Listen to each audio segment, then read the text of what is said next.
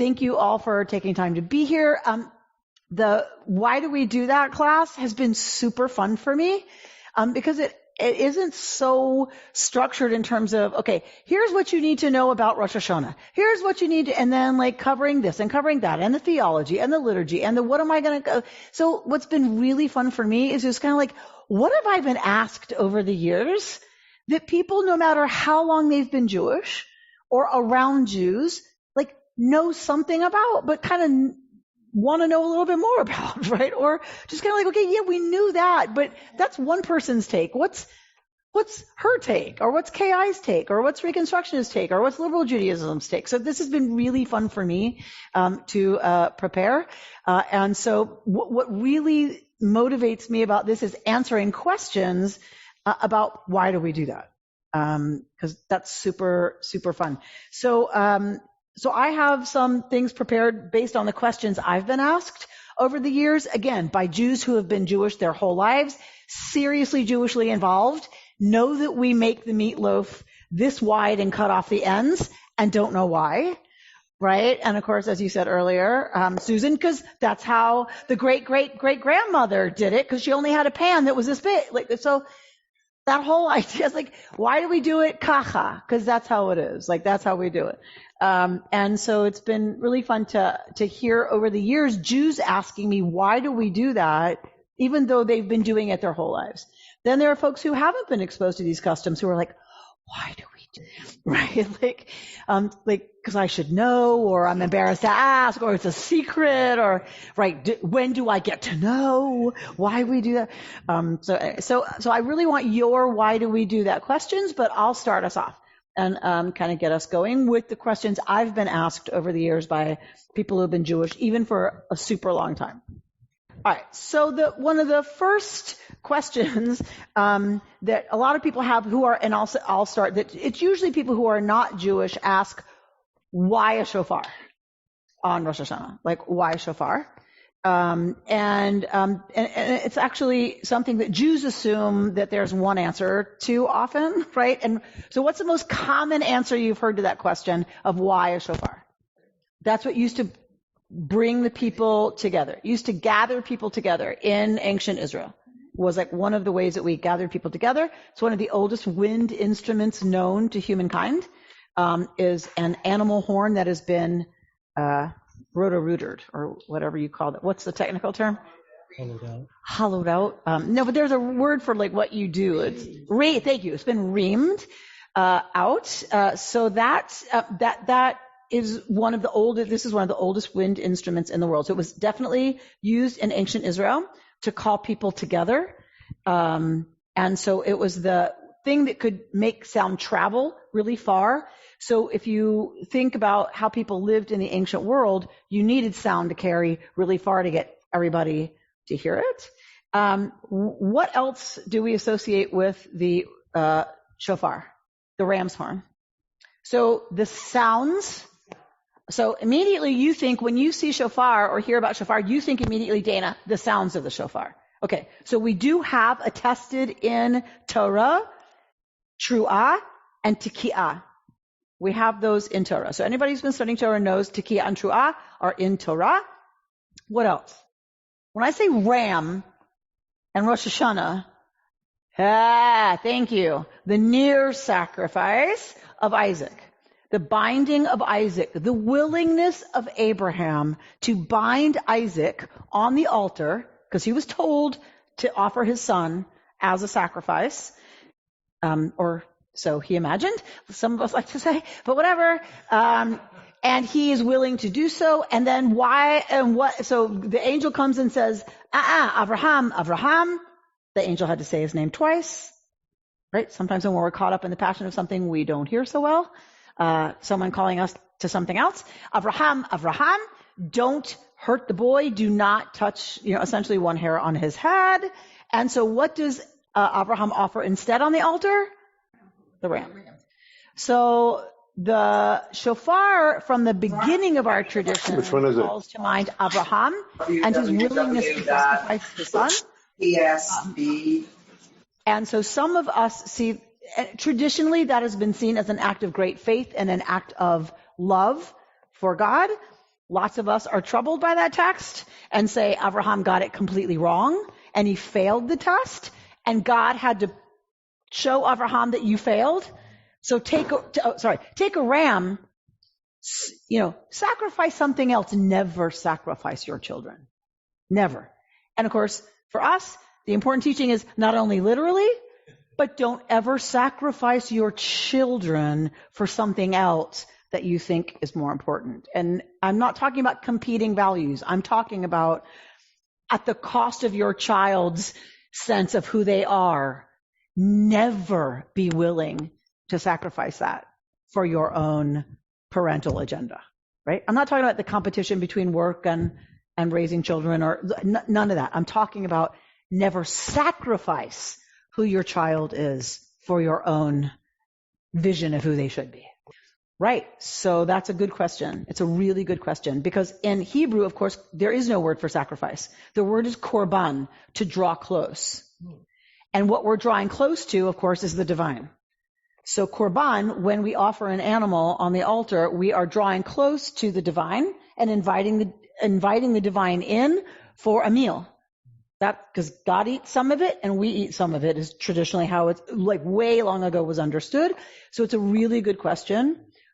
In what ways do we think we're drawing the divine close and sacrifice our children to do that when in fact that's not what's wanted? God doesn't want that. Don't try to draw close to me by asking your children to be something they're not. Don't say if you marry that person, you're cut out of my life, I'll sit Kaddish for you. Because you think that draws you closer to God. All you've done is sacrifice your child. And we got taught you don't sacrifice your child. You sacrifice something else. So the Isaac, so we get that whole story. So that is one of the ways that we come to the meaning of the shofar. That's why we read that text on Rosh Hashanah. We come to it through the sound that called us together. What else? It called us together in ancient times, in ancient Israel. What else in ancient Israel did it call us to do? Called us to there was no prayer in ancient Israel. So, but I think about when I'm in Jerusalem now, I think about the call that comes out of the speakers everywhere when it's time for Muslims to pray. I totally hear that when I hear the shofar. Time to gather for prayer. 100% I hear that. But in ancient Israel, they didn't pray like at a set time. To start something, often war. It was a call to war. It was like wars happening, battles happening. So, alarm. And the other one is, that it was also, so it was used for alarm, for war. It was also used to break camp. In Torah, it was used when the Israelites were going to break camp. They sounded shofar and it was time to break camp and then move forward. And then they settled down again and it was time to break camp again. You blew shofar. Yes. It was an alarm clock. That's exactly what it was. All right. So looking at all those examples, so the shofar then symbolizes for us when we think about, Avraham, it's like, okay, so what are the ways I am called this year to make sure I'm not sacrificing anybody, right, that I love, not just my children, anyone I love for something I think is an ideal. Something I think is going to draw me closer to God, but that's not the sacrifice. That's not the karov. That's not, because again, there's no word for sacrifice in Hebrew. It's korban, drawing close. How do I actually draw close to the divine? And what do I think I need to sacrifice that's the wrong answer? Sometimes it's ourself, our sanity, right? Because I'm going to serve a higher ideal. And so therefore I'm going to, work so hard and be so busy and serve everyone else. And that's going to draw me close to my ideals and to God and godliness, holiness, when actually it's like, no human being is supposed to be sacrificed, including ourselves. So I feel like that every year. It's like, okay, where is it out of line in terms of what I'm sacrificing, thinking, like offering up thinking it's helping, and it's really, really not. As we said, it was an alarm. So Rosh Hashanah is the way to say, okay, we're kind of sleepwalking through life a lot of times, sitting at the edge of the Grand Canyon with a paper bag on our heads. Like, where am I being called to wake up? like literally alarm, like pay attention. If it's about breaking camp, what do you do when you break camp? You're in a break camp. You don't just sit there with your camp broken down. What are you doing? You're building a new one. You're moving. You're walking. You're going. And so for me, sometimes that's really what I need is a call out of my complacency. So both an alarm, but the alarm goes off, you could stay in bed. Right? So first of all, you have to wake up, right? So first of all, it's an alarm. Second of all, though, once the alarm goes off, you have to get out and like put your feet on the floor and deal with the ants. I don't know about y'all, but get up, put your feet on the floor where all the ants are right now coming in from every corner of the house. So Marty Mock was asking, if it was a call to war, were there calls of the shofar during war to signal different actions? Like retreat, advance, reverie, like were there different ways that it was used in war? And what my answer was, well, you heard my answer, because I'm mic'd. So we don't know. Yeah. Okay. So I'm trying to correlate like where it originates to what it means like for us today. You know, how does that like call to us spiritually? So, the other thing, is it when we break camp and then we move forward, it's like, for me, that's sometimes the call of Rosh Hashanah. All right, what do you need to break down? I know it's awful. I know you hate it, but what do you need to break down? And it's the call saying, okay, you break it down, and then you know what? You move on.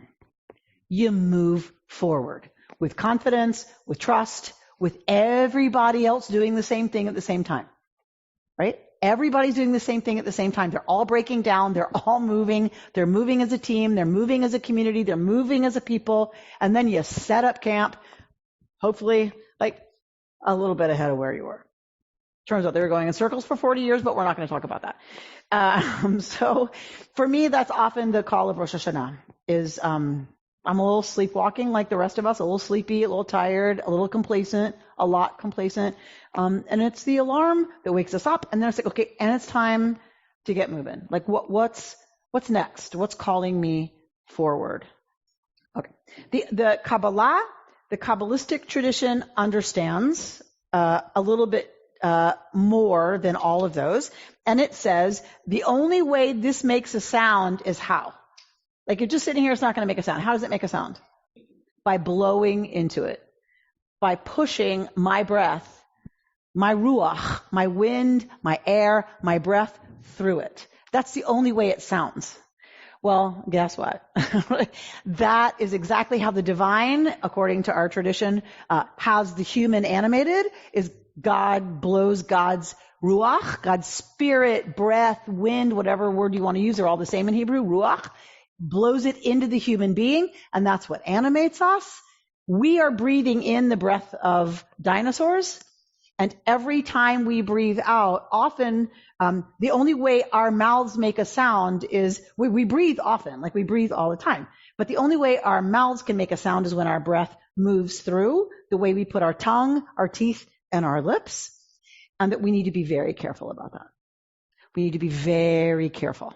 So it's a reminder that when the air moves through an instrument, it makes a sound and it delivers a message. What's the message? Alarm, calling us together, calling us to break camp, calling us to prayer, calling us what? And we need to be very aware that the sound moving through our apparatus has a message and it makes a difference out there and it resonates, right? Literally. So be careful how you use your breath when it's going to make a sound, which is speech for us. So the other thing the rabbis teach, it's both the glory, and I kind of underplayed the glory of that according to the Kabbalistic tradition. That's a beautiful thing, that God breathes God's spirit and wind and breath into us. We breathe, but the rabbis say we are breathed by the universe because we don't do it. The brain scientist will tell us we don't consciously think about it. If we had to, most of us would die. Like if I had to think about breathing, forget about it.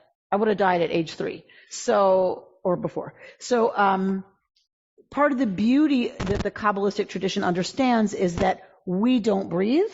We are breathed by the universe. We are sustained in every breath we take by the universe that breathes us. Neshama is breath. Neshama is soul in Hebrew. Neshima is breath. They are absolutely related. This idea of our soul, our essence, our animation, and if you've seen a corpse, you know from a moment to a moment, what animates is gone. When you look at a corpse, it's gone. Like that, it's gone. It was there a second ago, and now it's not, the animating force. So for the Kabbalists, that's a beautiful thing that we tend to take for granted and forget. That we are breathed all the time. We're still here. Here's our next breath. Let's be careful about how we use it, particularly when it comes through the thing that makes sound, that makes speech. And the final teaching of not final, but one of my favorite finals is, which end do you blow in to make the sound? The little end. The little end. If you really want to make a sound and you really want it to have any kind of good impact about calling us together, calling us to prayer, then you don't blow in the big end. You blow in the really little end. That's where the sound happens. Okay. So that's a little bit about why shofar.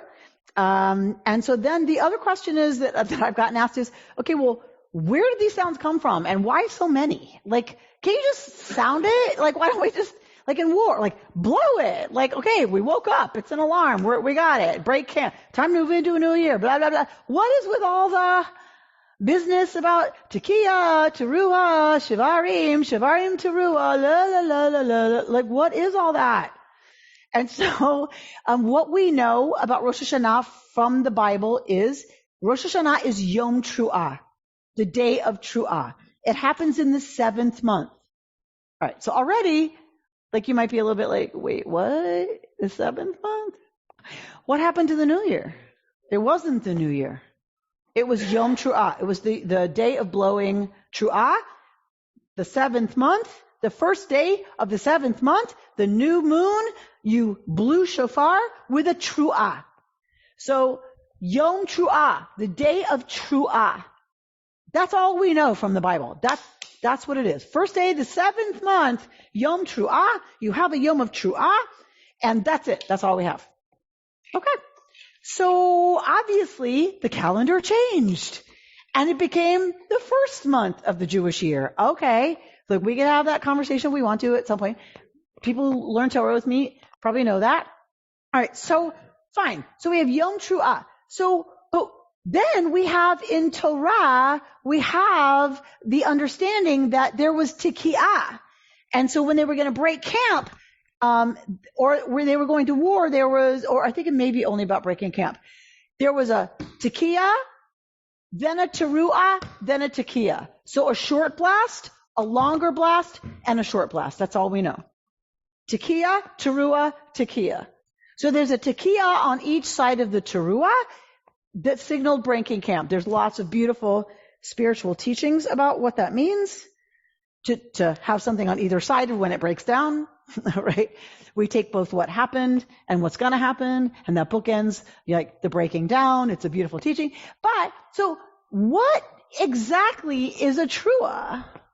Well, we don't know what that sounds like. So possibly they knew what tekiah sounded like, possibly not. But we don't know, like when you say this, and it was a sound of wailing, like of weeping. So what sound does one make when one weeps? So if you're trying to put that together, you have no recordings. All you have are texts that refer to the sound of weeping. So how do we cry?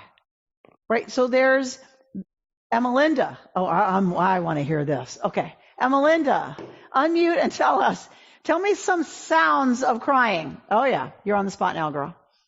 Thank you. That short gasps and then wail. Yes. Been spending a lot of time with a 6-year-old having a hard time being alive right now. It's that.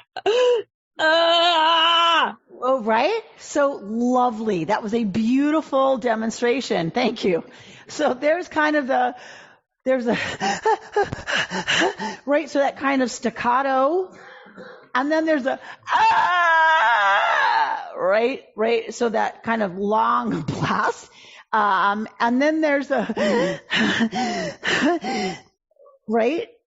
So nobody knows exactly which one of those it meant, which one was indicated. So they decide, the rabbis, in their in their glory, exactly, Richard. Put them together. When in doubt, Jewishly, do them all. These like savory, these like sweet. This one eats, pot roast. This one eats lamb. Do them all. Then everybody's happy, right? So that's the easiest solution. So that's exactly what they did. So to Ellen Linda's point, exactly right. So, the teruah, the tekiah is the, kind of a straightforward, wail, right? In the ancient world, women were paid to be, professional mourners. And what did they do if they were professional mourners? Do you know what that technical term is? They would ululate. Right, that sound?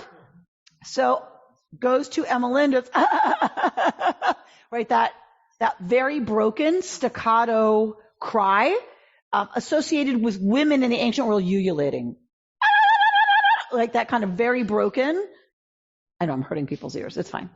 I just want to say that ululating, I mean, folk dancing when they're like having fun. Yes. Especially, it's like, whoa. But also doesn't laughter and weeping sound the same often?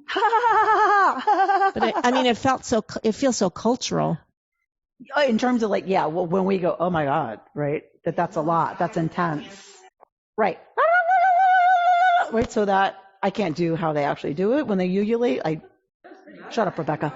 All right. So if you don't know what of those it is, the rabbis decide, well, let's do all of them. Right? So we have the tekiah, the straightforward wail. We have teruah, or ululating, right? And then shivarim.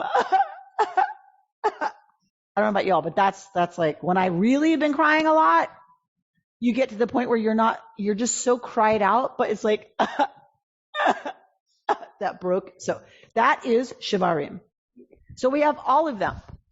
So we have tekiah, we have teruah, we have shivarim.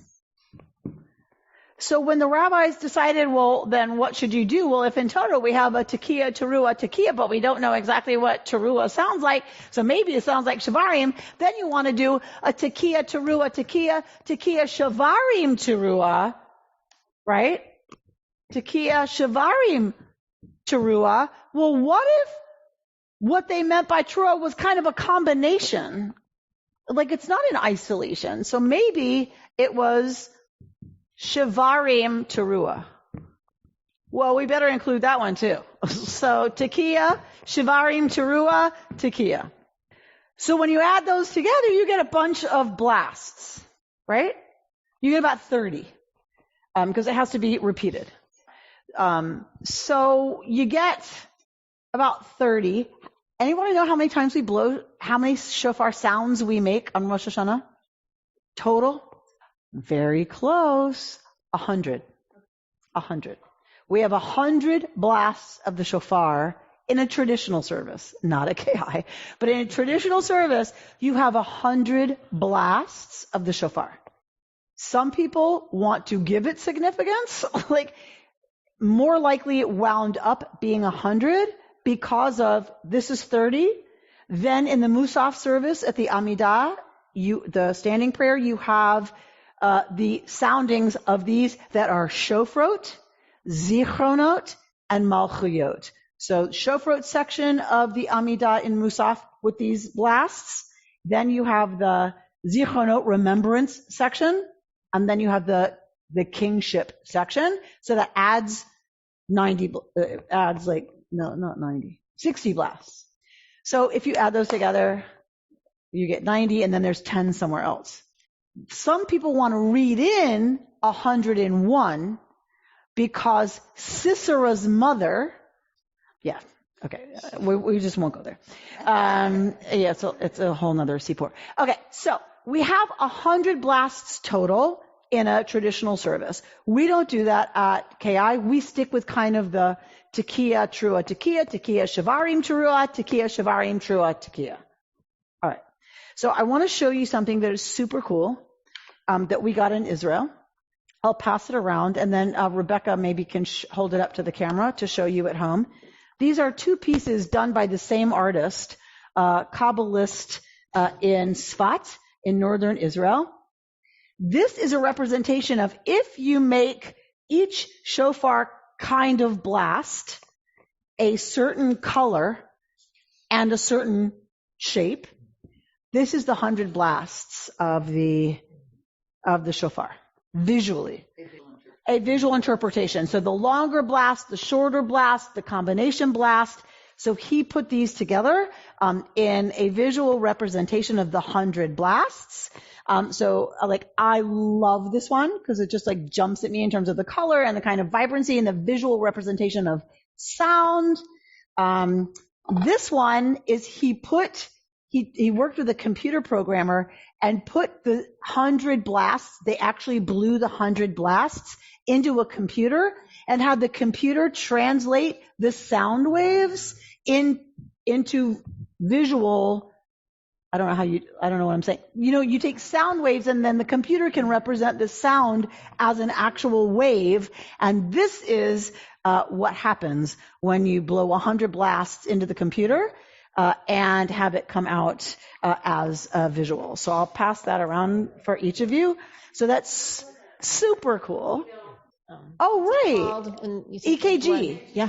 It's like an EKG. Thank you, Dana. Like for you medical people in the room, right. So I don't know how that works, but somehow sound waves get translated into a line on a piece of paper. So thank you. Right. EKG is a perfect example. So this is the EKG of a shofar blowing 100 blasts, which I think is one of the coolest things I've ever seen.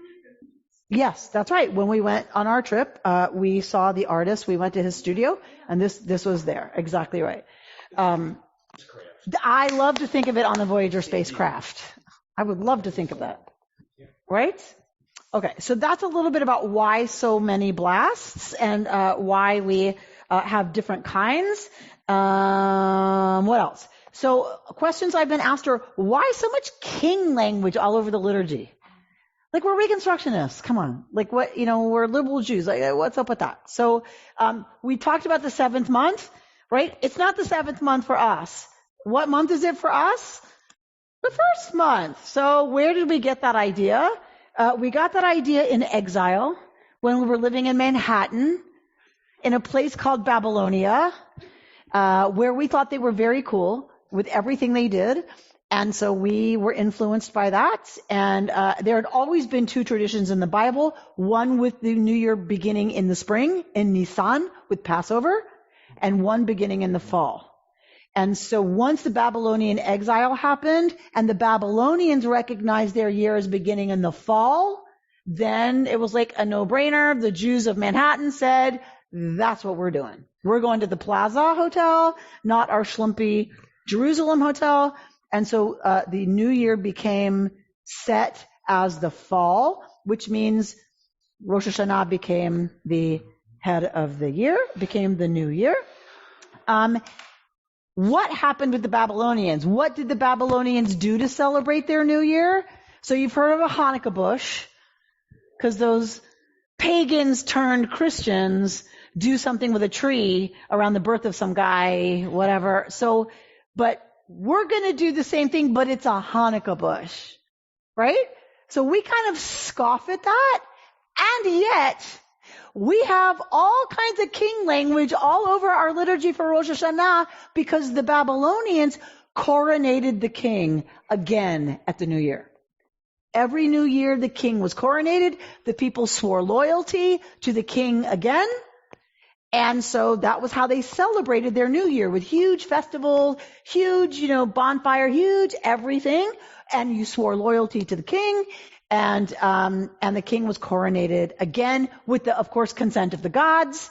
And there was a lot of, godding going on with wine and dancing and other things. And so, so the Jews went, oh, okay, well, that's how you celebrate the new year, but we are not, God forbid, going to coronate or recognize a human ruler. God forbid. The new year, who do we coronate? What is our statement? What is our reconstruction of that Babylonian pagan festival, we crown God again as our sovereign, and once again bend the knee and swear loyalty and fealty to what is ultimate, capital U. Harvey. Does the Babylonian calendar actually start in the Babylonian New Year, or is it irrespective of their calendar?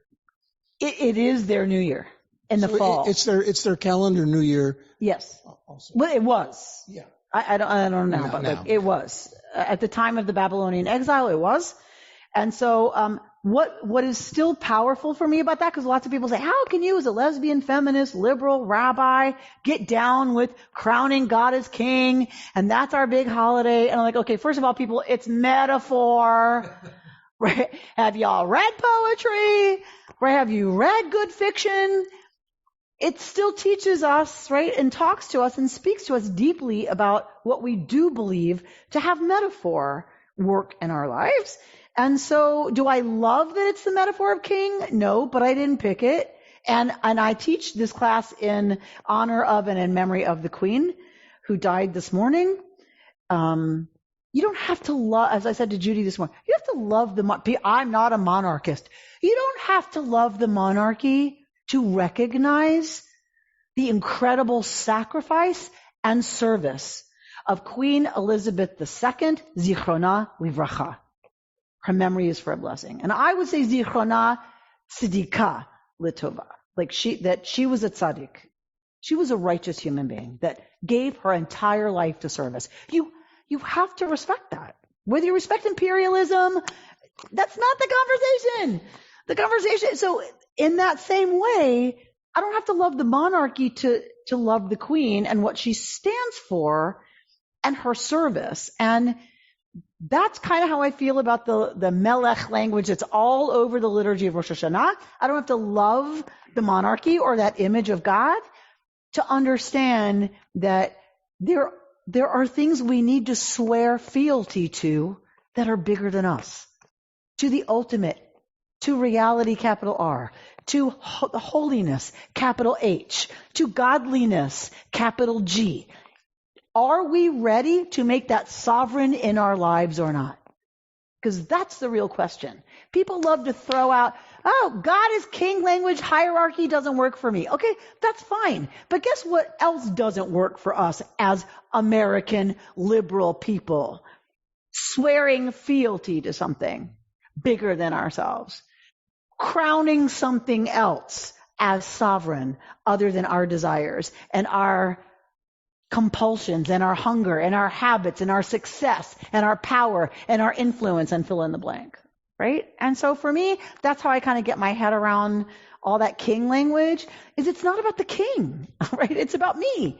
It's about what am I willing to recognize as something I'm ready to really honor as worthy of my alignment of all of my energies, talents, resources, whatever. Was that a hallelujah? Was that an amen? Yeah, in the South, that would have been an amen, right? It was a right. Okay. All right. So that's a little bit about king language. What else? So a lot of people ask, so this whole teshuva business, what's that? What's teshuva actually like? What is that actually about? What does that actually mean? And this whole sin business. We as Jews don't deal in sin a lot. What is this whole, mea culpa, mea culpa? Like, what is that about? Like, Rabbi, like, why is that supposed to be meaningful all of a sudden to me? We don't talk about sin, as liberal Jews. And so, like, I totally get that. I actually wish we had a little more conversation about sin, because I think we've lost our connection to understanding some things as truly damaging. Like, I think when we don't talk about sin in our context of liberal Judaism, I think we've lost the ability to kind of hold ourselves accountable in a little bit of a different way. I get the baggage sin has. I totally understand that, and I respect that people like have lots of PTSD responses to that word and that term. But in Hebrew, the word most commonly used for sin is chet. So who's going to tell me what chet actually means? The technical term chet, what does it actually mean? So the most common word for sin in Hebrew is chet. Right? What does that mean? Anybody? It's a term from archery. I wish it meant bullseye. Mitzvah means bullseye. Right? Chet is a term from archery. Missing the mark. That's what it means. So if we understand the Hebrew terminology for sin as being a term from archery, where you're aiming, you fire, and you miss, that is a lot easier to take, isn't it? That's our definition of sin. We're trying, but often we miss the mark. We're trying, but I'm tired. And I'm hangry. And it's been a long week. And I don't feel good. And I'm not who I want to be. But it doesn't mean intentionally trying to hurt somebody. That is not our understanding of sin. Nor is it, I ate some chocolate because I really wanted it. Think of gluttony. That is not a Jewish understanding of missing the mark. Right? So for me, that's one thing that's really important, is that we tried and we missed the mark because we're human. Was that a hand or just a fixing of the dress? All right. So is there, I did have the thought, I wonder, some people do things intentionally though. Some people do sin intentionally. Well, is it called sin or missing the mark? So there's lots of words for sin in Hebrew. Okay. And some of them technically have terms like murder, adultery. There are some things that one does that have very technical terms. Other ones are avera, there are lots of avon, there's pesha. There's a lot of terminology for how we go wrong. What's interesting to me is that the rabbis say an intentional sin, Yom Kippur doesn't atone for. Sacrifice wouldn't atone for it in the temple period. And the rabbis say, it doesn't atone for intentional sin. That is something one carries for a long time if one does it intentionally. And so a lot of their understanding of sin is that in general, we're not trying to hurt someone. We are angry, so we lose control. So I'm not saying we don't lash out and we don't intentionally say something. It's that we're angry and we don't, that if we really had our druthers and were lined up the right way, we wouldn't do it.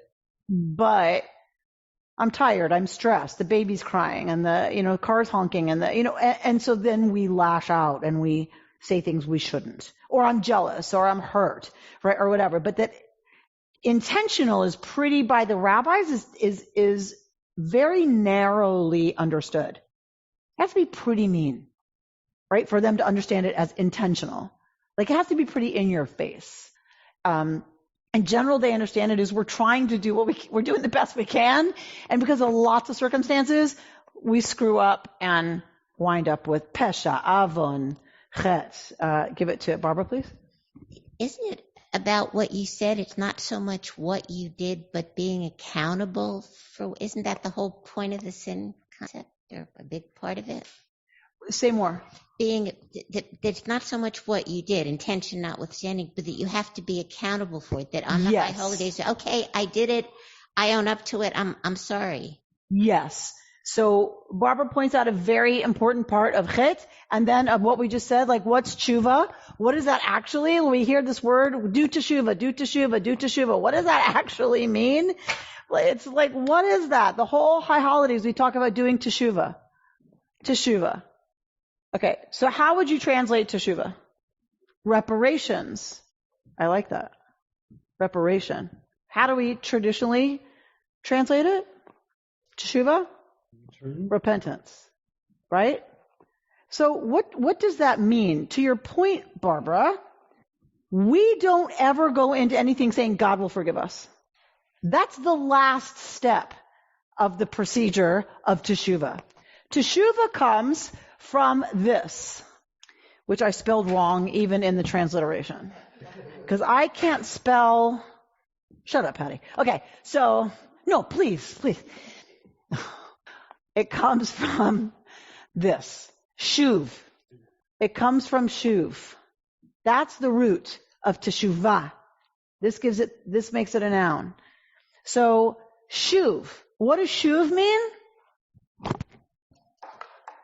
Shuv means, sorry at home.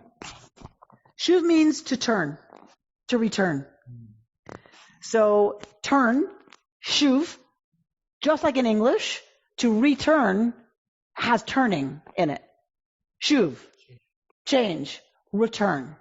So what does that already suggest? Repentance, teshuvah, already with shuv as its root, means we as a tradition understand that our core is what? Good. Our core is good. Then we screw up. We get all the things we said, frustrated, tired, angry, jealous, hurt. And then we screw up. But what we're asked to do is shuv. Return. Return. Return to who you are, to what you are, right? Teshuvah is actually about return. So how do we do that? Our tradition demands that one must take accountability. That is the first step. One cannot go to the divine, spirit, the universe, ultimate consciousness. One can't go anywhere until one has gone to the person one wronged and asked for forgiveness. How many times are you required to ask if they say no? 3. Dana, ew, right? Yeah, ew. It's already hard to ask once, right? Like asking one's forgiveness for something you did that you're already embarrassed about and you already have to call the person or text them or email them, right? I hate those emails every year. I hate those emails. And if someone says, forget about it, no way. The rabbis say we have to ask 3 times and then the sin is on them for not forgiving. But we have to be able to suck it up 3 times because we've hurt them. And sometimes they're saying no because they're hurt, right? But it's about making reparations, as someone said. Yes. So confession, it's all based on us. It's all based on us, of course. So we confess. Notice, how do we confess? What is the goof? What is the, in English, how do you call it? The body, like what in English, what do you call singular, plural? What do you call that in English? In Hebrew, it's goof. It's the body that you're talking about. Okay, whatever. Conjugation. Yeah, for a verb, it's conjugation. But in Hebrew, we pray, we confess in the plural. We confess in the plural. Asham nu, Bagad nu, Gazal nu, Dibar nu, Dofi. We sinned. We transgressed. Why? If I'm taking a responsibility and accountability, why do we do it in the plural? Now, Ross? Yes. So my question is then, what's the relationship between from your personal confession, change, repair, and the community that is confess in doing this? What's our relationship to everybody else that we're sitting with in synagogue, and we're all standing together and saying the same thing together? So there's the personal, and then there's also the community, the people. I think what you just made was a beautiful statement about what we do at the high holidays. Right. So turn that from a question into a statement. At the high holidays, we do all that as a community. Yes, yeah. We do it as a community. So we need to, before we come to synagogue, have made the phone calls and the emails and the asking of forgiveness and the repairing of relationship. And sometimes it's reparation. I did actually break that vase, so I'd like to pay you for it. Right. So sometimes it's really, you have to be able to make reparations when you can. Sometimes for most of us, it's not money or material things. It's about, I'm truly sorry and I don't want to do it again. And I want you to, I want to heal the relationship. You're supposed to do all that before you come to shul. In shul, we stand up and verbally out loud confess as a community, saying we have all done all these things.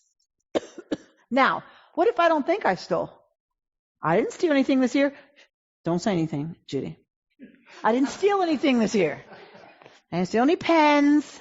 I didn't maybe escape with a little extra couple of snacks from that thing that had really fancy. Like, I didn't take anything this year that didn't belong to me. I was really good about it. So really, the rabbis would say, so why do I need to say that one out loud in community when I didn't do that as an individual? And they say, well, really, have you ever stolen anyone's time? Have you ever kept someone on the phone long past when you knew they were ready to be done, but you really needed some attention and some time and some focus? Have you ever stood in line in the grocery store and talked to the clerk because it's like, I really don't want to go back to work? That has never happened to me. But like, you're stealing their time. Have you ever said something bad about somebody else? Well, then you've stolen their reputation. So the rabbis expand every category that we say together communally in our confession to include lots of things every single one of us have done. And then if people in the Talmud still wanted to argue, but what if somebody hadn't even done any of that? They're a true tzaddik. They hadn't done any of that. The rabbis say, do you live in a community where that happens? Well, you contribute to the culture of that congregation, of that community, of that town. And so have you really done everything you could to impact the community that has done these things? Mike? Thank you, Rebecca. But it seems what you're saying is that Jews are born in a state of grace and Christians are born in a state of sin. So that's really what it comes down to, isn't it? So, I mean, so if we're going to be blunt about it, certain branches of Christianity believe that we are born sinful because of what happened in the Garden of Eden. And so we are all born with, well, there's two versions of original sin. One is the original sin of kind of being human, like that happens through sin. And another is that it goes back to the fall.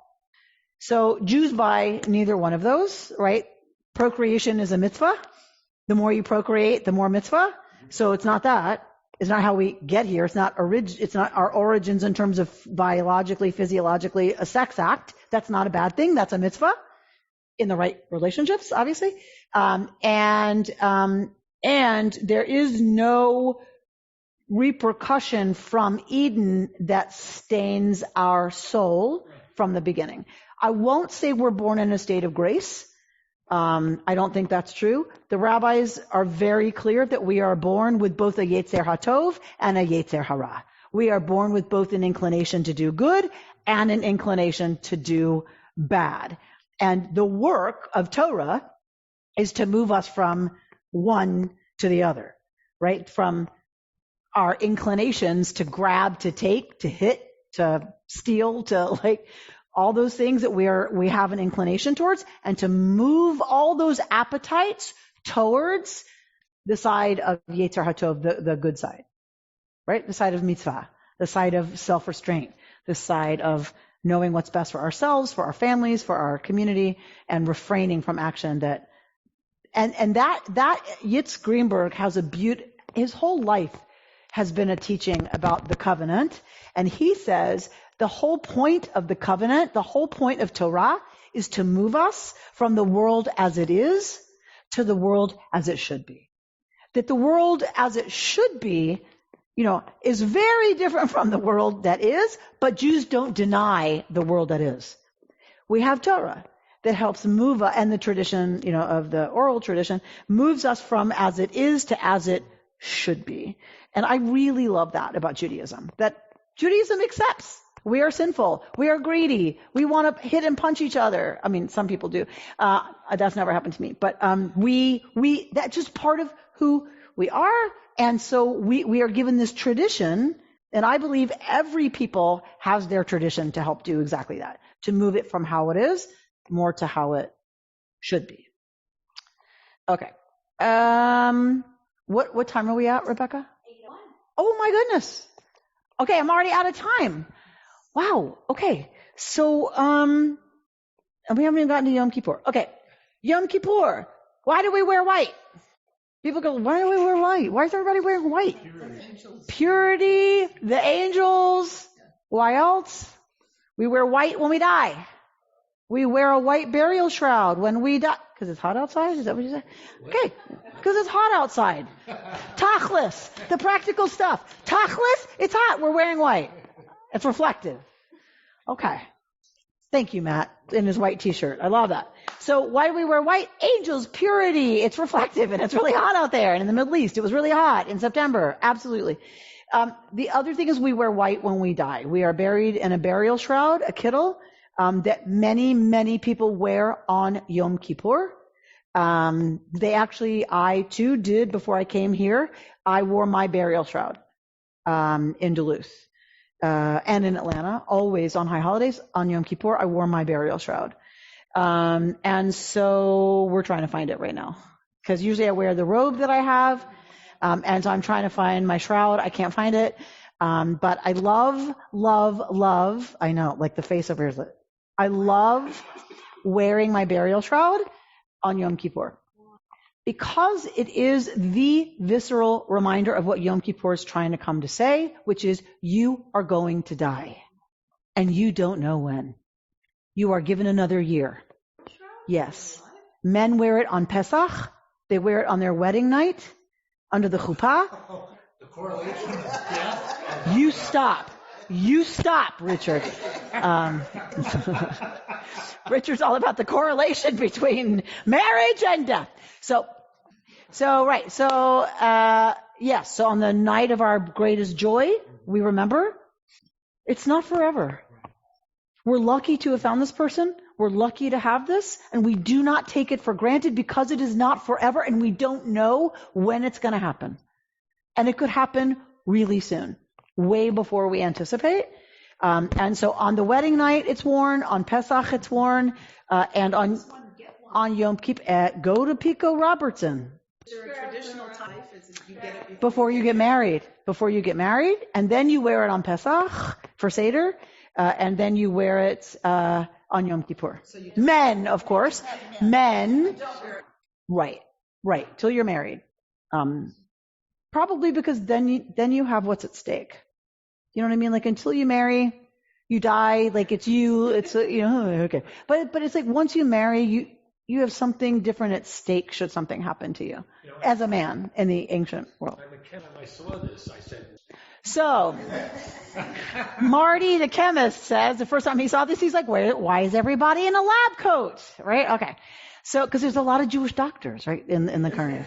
So wearing the burial shroud is a very potent reminder, and this is why we don't eat or drink on Yom Kippur, because we refrain from anything that connects us to life. It's one day that we really try to live what it would be like to be dead, so that we really viscerally remember it's gonna happen. And it could happen this year. And if it doesn't happen this year, it could happen very soon after. The point is, and I'm reading a book right now called 4,000 Weeks, a fabulous book. If you get a chance to read it, it's not big. It's written beautifully, so it's easy to move through, which I really appreciate. Like I read a lot of scholarly stuff that's like, oh my God, well, how much longer is this article? It's a beautiful book called 4,000 Weeks. And it's somebody who used to be in the executive planning world, the corporate planning world of like time management and productive, how to be more productive. And he left that world and wrote this book. Most of us get 4,000 weeks to live. Like essentially, if we live into our 80s, we get about 4,000 weeks. And so it's all about like kind of taking stock about, well, why are we trying to be so productive? Why are we're using time as a resource? It's like, that's kind of a crazy way to think about time, actually.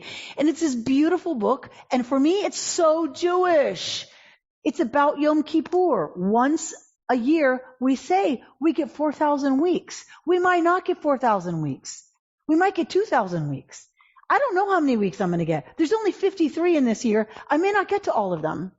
And so once a year, we're asked to really pay attention to how am I living the time I have right now, because I may not have as much as I think. If it's forever, if it's really far off, who really cares what I do? But Yom Kippur is to say no, like it's really going to be you, actually you. So you actually put on your actual shroud that you're actually going to wear in your actual coffin. That's intense. And it's a way to say take it seriously that you have the gift of starting another year. Do not take it for granted. But you have to take enough water to take your medicine.